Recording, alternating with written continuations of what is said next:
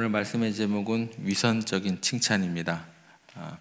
칭찬이라는 단어만 들어가면 좋겠는데 앞에 위선적인이라는 단어가 들어가서 좀 안 좋은 어떤 부정적인 어떤 설교의 제목이 되는 것 같습니다. 우리가 지금 13절, 14절을 들어오면서 생각하는 큰 주제는 뭐냐면 인생을 낭비하는 어리석음에 대해서 우리가 지금 생각해 보고 있고, 오늘은 또 하나의 어리석음, 위선적인 칭찬에 대해서 함께 생각해 보고자 합니다. 우리가 이제 흔히 사람들을 칭찬하는 것, 좋은 행동으로 우리가 느껴지게 되죠. 물론 진심에서 우러나오는 칭찬, 격려와 기쁨을 가져다 주고 관계를 돈독하게 하는 너무나 긍정적인 힘을 가지고 있습니다. 그런데 오늘 우리가 주목할 것은 이 긍정적인 것이 아니라 그 칭찬 속에 담겨 있는 또 아름다운 포장 속에 담겨진 숨겨진 악의 가능성입니다. 이게 칭찬 가운데 악이 담겨질 수 있다라는 거죠. 오늘 14절 말씀에 보면 와서 이르되 선생님이여 우리가 아노니 당신은 참되시고 아무도 꺼리는 일이 없으시니 이는 사람을 외모로 보지 않고 오직 진리로서 하나님의 도를 가르치심이니이다. 여기까지 분위기가 좋았어요. 이제 완전히 분위기가 반전됩니다. 가이사에게 책임을 바치는 것이 옳으니까 옳지 아니하이나이까. 이 말씀을 보면 이제 앞부분은 칭찬이라는 그 분위기가 전개가 되는 것 같은데 그 뒤에서 이제 말장난이 시작이 돼요. 진실된 마음에서 우러나온 칭찬이 전혀 아니게 됩니다. 겉으로 드러난 표현만 보면 그들의 칭찬은 예수님에 대해서 절대적으로 옳은 이야기만 해요. 정확한 평가로 보입니다. 앞부분에 보면 예수님은 참되시고 사람을 외모로 판단하지 않으시고 오직 진리로 하나님의 도를 가르치는 분, 옳은 이야기죠. 그죠? 분명히 맞습니다. 그런데 이 칭찬을 하는 사람들의 의도가요, 예수님을 높이는 척 하면서 동시에 그분을 곤경에 빠뜨리려고 하는 이중적인 태도가 이제 보여지게 됩니다. 책잡으로 온 사람들의 입에서 칭찬의 말이 나올 수 있습니다. 책 작은 사람들이라고 해서 오자마자 막 이렇게 막 뭐라고 그러고 그렇게 비판만 하고 그러지 않아요. 칭찬이 나올 수 있다라는 거예요. 그래서 우리는요, 왜 칭찬을 하는지 그 의도를 생각하지 않으면요, 우리가 쉽게 속아 넘어갑니다. 사람들이 내게 와서 칭찬을 하기 시작하면요, 사람들은요 이제 와서 칭찬을 하기 시작하면 우리는 정신을 잃어버려요. 그죠? 마음의 중심이 혹 그 사람의 입에 가게 됩니다. 그래서 그 순간 어떤 부작용이 생기게 되냐면 진실을 보기가 힘들어집니다. 칭찬에 가려져서 나를 칭찬한 저 사람이 지금 나를 넘어뜨리려고 하는지 책잡으려고 하는지 그게 얼마나 좋은 미끼가 되는지 구분을 못해요. 짐승 잡을 때 어떻게 하는가 생각해 보시기 바랍니다. 덫이나 올무에 좋은 먹잇감을 두고 매달아 놓고 그렇게 미끼를 쓰잖아요. 사기꾼들이 사기를 칠 때요, 절대 와서 좋지 않은 말 하지 않습니다. 사람 마음을 쏙 빼놓는 말, 그 말을 하면서 들뜨게 만들고 칭찬해 놓고 사기를 딱 치면 어떻게 돼요? 백발백중입니다. 그거예요. 이게 칭찬이라는 것이 무조건 좋다라는 생각을 버리셔야 된다는 거예요. 그러니까 우리가 처음에 칭찬에 대한 악의 기능에 대해서 생각할 때 내가 그 칭찬의 말에 넘어가지 않기를 깨어 기도할 수 있어야 된다는 거예요. 그래서 이 사람들이 보면 예수님을 책잡으려고 먼저 예수님을 어떻게 하냐, 책잡기 위한 첫 번째 방법이 칭찬하는 거예요. 그러니까 예수님을 가장 다가가서 하는 일이 예수님을 먼저 높이는 일을 하게 된다라는 거예요. 높아지는 자리 조심하셔야 돼요. 떨어질 때 아파요. 그래서 절대적으로. 왜 칭찬을 했는가 좀 생각을 해보겠습니다. 사람을 외모로 평가하지 않는 것, 어떤 사람도 꺼리끼는 일이 없는 것을 믿습니다. 이 사람들이 이렇게 얘기를 해요. 이 사람들이 그 다음에 무슨 얘기를 꺼내고 싶은 거예요? 그렇게 높이고 칭찬한 다음에 가이사에게 세금 바치는 것이 옳으니까 그러니까. 그러니까 조금 전에 예수님을 칭찬한 항목이 이거죠. 누구도 사람을 꺼리지 않는 참 훌륭한 분이십니다. 말을 그러면 왜 꺼낸 거예요? 가이사 이야기하고 싶어서. 그죠? 이단들이 그래요. 이단들이 그래요. 뭔가 얘기하고 싶은 꿍꿍이가 있는 거예요. 가이사 이야기를 하면서 가이사에게 세금을 바치는 것이 옳다는 말을 예수님께로부터 나오게 하기 위해서, 지금 우리가 식민의 지배를 받고 있고 로마 제국을 완전히 점령을 해서 세금을 갈취하고 있지만 당신은 사람에 대해서 함부로 평가하지 않는 분 아니십니까? 칭찬해서 다껏 높이고 난 다음에, 다시 말해서 예수님이 다른 사람 잘 대해주고 공평하게 말한다고 하고 싶던 그 이유는요, 예수님의 입에서 가이사에 대한 좋은 대답이 나올 수 있도록 유도하기 위한 함정이다라는 겁니다. 만약 예수님께서요, 이 순간요, 그 사람들의 칭찬의 말에 혹 가가지고 그 말의 의미를 두고 그 말에 예수님의 마음을 빼앗겼다고 한다면, 예수님께서는 순간적으로요, 가이사에게 세금 바치는 것이 옳습니까? 라고 물을 때 순간적으로 그렇지! 라고 대답을 할 만한 그런 순간이 된다라는 거예요. 그러니까 굉장히 위험한 순간이다라는 것입니다. 그래서요, 여러분들, 누군가가 여러분들이 행한 것보다 더 많이 칭찬하고 여러분들이 얻을 수 있는 것보다 더 많은 것을 준다고 하면 거기에는 뭐가 있는 거예요? 무조건 함정이 있는 겁니다. 예. 세상은요, 심지 않은 데서 거둘 수가 없는 거예요. 하나님께서 자연 가운데 심어준 법칙입니다. 내가 노력한 것보다 더 많이 얻어질 때는 그건 뭐예요? 굉장히 위험한 거예요. 예수님도 이 땅에서 그런 곤란한 상황 가운데 처하시게 되었다라는 것입니다. 내가 행한 것보다 더 많이 나를 칭찬하면 뭔가 위험한 요소가 있는 거예요. 그래서 주의하셔야 돼요. 항상 깨어 있어야 된다라는 거예요. 이게 한 측면입니다.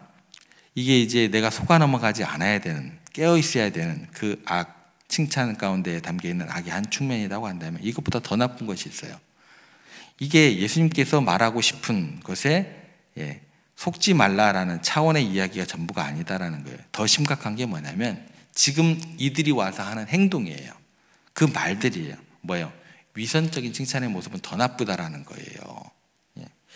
지금 이들은요, 예수님을 책 잡으려고 거짓된 칭찬을 먼저 하고 그 다음 질문을 하게 되는 거죠. 그러니까 이 태도 자체가 이들의 인생을 완전히 망가뜨리는 태도로 연결된다라는 거예요. 바리새인들은 원래 어떤 사람이냐면요, 진리를 추구하는 사람들이었습니다. 시작부터 이 사람들은요, 경건했던 사람들이었다라는 거예요. 그런데 순간적인 자신들의 목표를 달성하기 위해서 마음에도 없는 거짓말을 하고, 또 그 거짓말을 성공시키기 위해서 뭐요? 막 연구를 하죠. 그죠? 어떻게 하면 저 올가미에 걸려서 절대로 빠져나오지 못하게 할까? 연구를 해요. 예. 아니, 거룩하기 위해서 진리를 추구하던 사람들이 진리를 연구해야죠. 그죠? 목사들이 말씀을 연구해야 되는 거죠. 그죠? 말씀을 준비해야 되는 거죠. 돈에 눈이 가면은요, 목사들이 이게 이제 제정신이 아니게 되는 거예요. 그죠? 자신들의 목표를 달성하기 위해서 진리를 추구해야 될 바리새인들이 자신의 목적을 이루기 위해서 거짓말을 살살하기 시작하고 거짓말을 성공시키기 위해서 막 연구를 해요. 그 거짓말을 앞도 뒤도 막 부정하지 못하도록 교모하게 짜면서 뭐예요? 상대편을 칭찬을 하기 시작합니다. 위선적인 행동으로 연결이 돼요. 그런데 이 위선적인 행동이 그냥 가만히 있느냐? 이 사람들의 인생을 완전히 망가뜨리게 된다는 거. 이게 더 위험하다는 거예요. 여러분, 다른 목적을 위해서 거짓된 행위와 말을 하기 시작하면은요, 이게 처음에는 한두 번으로 끝나는 것 같지만 이게 그렇지가 않아요. 습관이 됩니다. 습관이 돼요. 습관이 된다는 것은 나중에는 뭐가 된다는 거예요? 인격이 된다는 거예요. 예. 그러면 이 사람들은 그게 인격이 되는 순간 영영 회복할 수 없는 죄 가운데 거하게 되는 것이고, 이 사람들의 모든 것이 거짓이 되어버리는 거예요. 그래서 바리새인들은요, 원래 어떤 사람들이냐면 하나님을 사랑했던 사람들이라니까요. 그리고 말씀대로 너무나 살려고 애를 썼던 사람들이라니까요. 그냥 원래부터 나쁜 사람들이 아니었어요. 예. 그런데 이렇게 작은 것들이 쌓여서 이 사람들의 모든 것, 위선이 되어버렸다라는 겁니다. 그래서 더 큰 위험이다라는 거예요. 속아 넘어가는 것, 그거는 그래도 이 사람들에 비하면 아무것도 아닌 거예요. 나중에는 어떤 일까지 벌어지게 되냐면 자기가 하는 말이 위선인지 진실인지 구분이 안 돼요. 자신도 모르게 됩니다. 그런데 다른 사람들은 어떻게 해요? 대번에 알죠. 대번에 합니다. 저 바리새인들 그냥 거짓이 그냥 일상이 되었고 위선이 꽉 찬 사람이고 다 알아. 다른 사람들은 알아요. 자기들은 몰라요. 근데요, 바리새인들이 위선자인 걸 모든 사람들이 압니다. 근데 자기들은 지금 이렇게 행하는 것이요, 진실인지 거짓인지 구분을 못해요. 왜요? 예수님을 책잡으려고 예수님을 칭찬하고 있는 대로 그 말 자체 앞부분은 뭐예요? 맞는 말을 하고 있잖아요. 그러니까 자기들은 뭐라고 생각을 하냐면 나는 맞는 말을 하고 있는 사람이야, 진리 가운데 있는 사람이야, 이렇게 착각을 하게 돼요. 자기들의 마음을 자기들도 읽지 못하게 되고 그런 위선이 습성이 되어버립니다. 이제 참이고 거짓이 구분이 안 되는 사람이 되어버려요. 내 거짓말에 내가 속아요.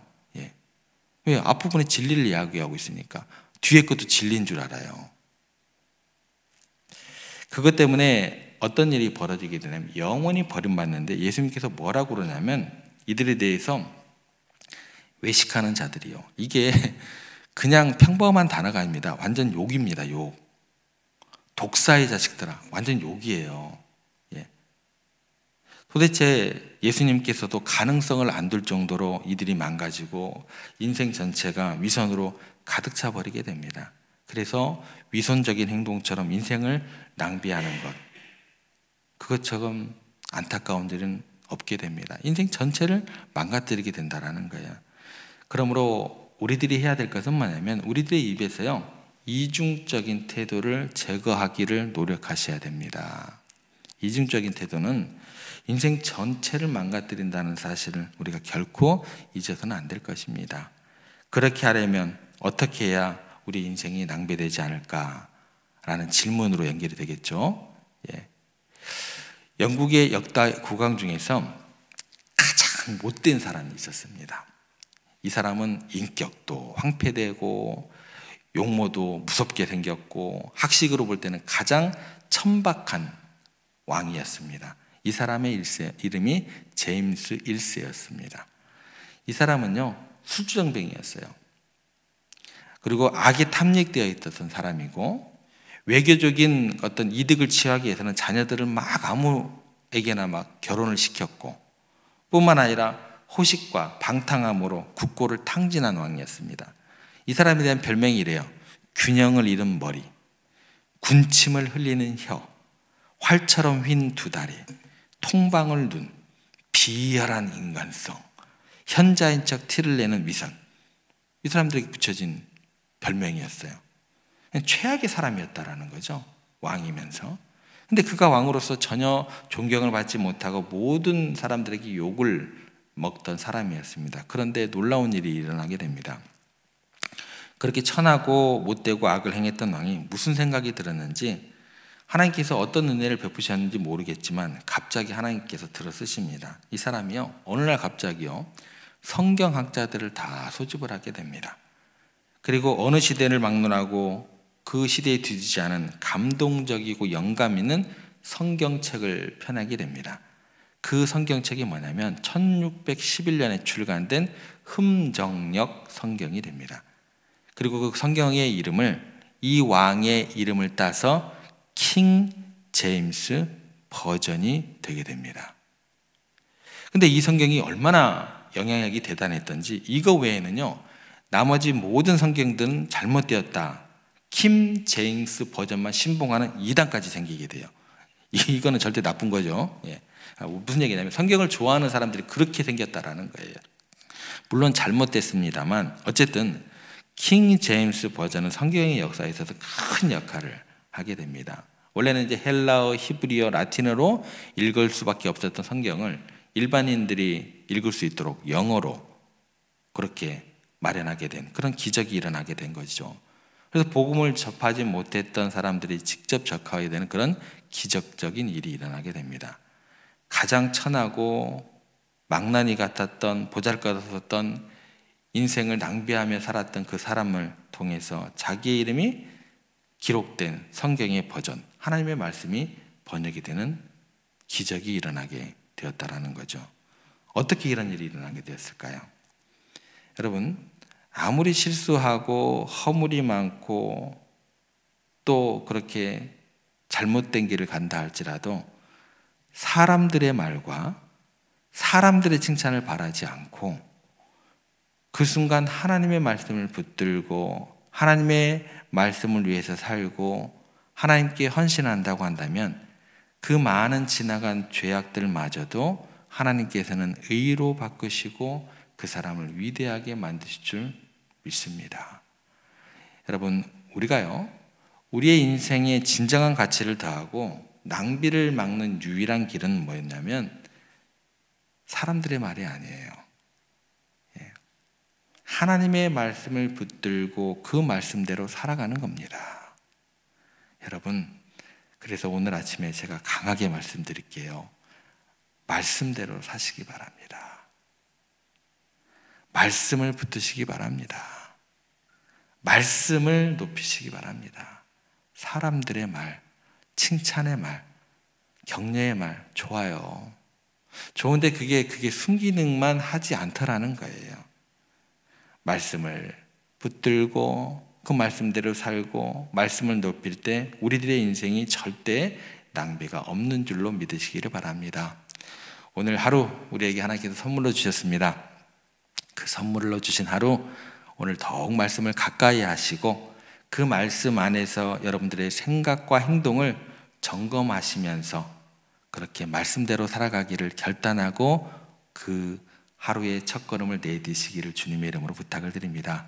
그리고 그 하루가 하루로 끝나는 것이 아니고 내일 또 그 내일 또 그렇게 귀한 말씀과 함께 날마다 동행하는 여러분의 모든 삶이 되기를 주님의 이름으로 간절히 부탁드립니다.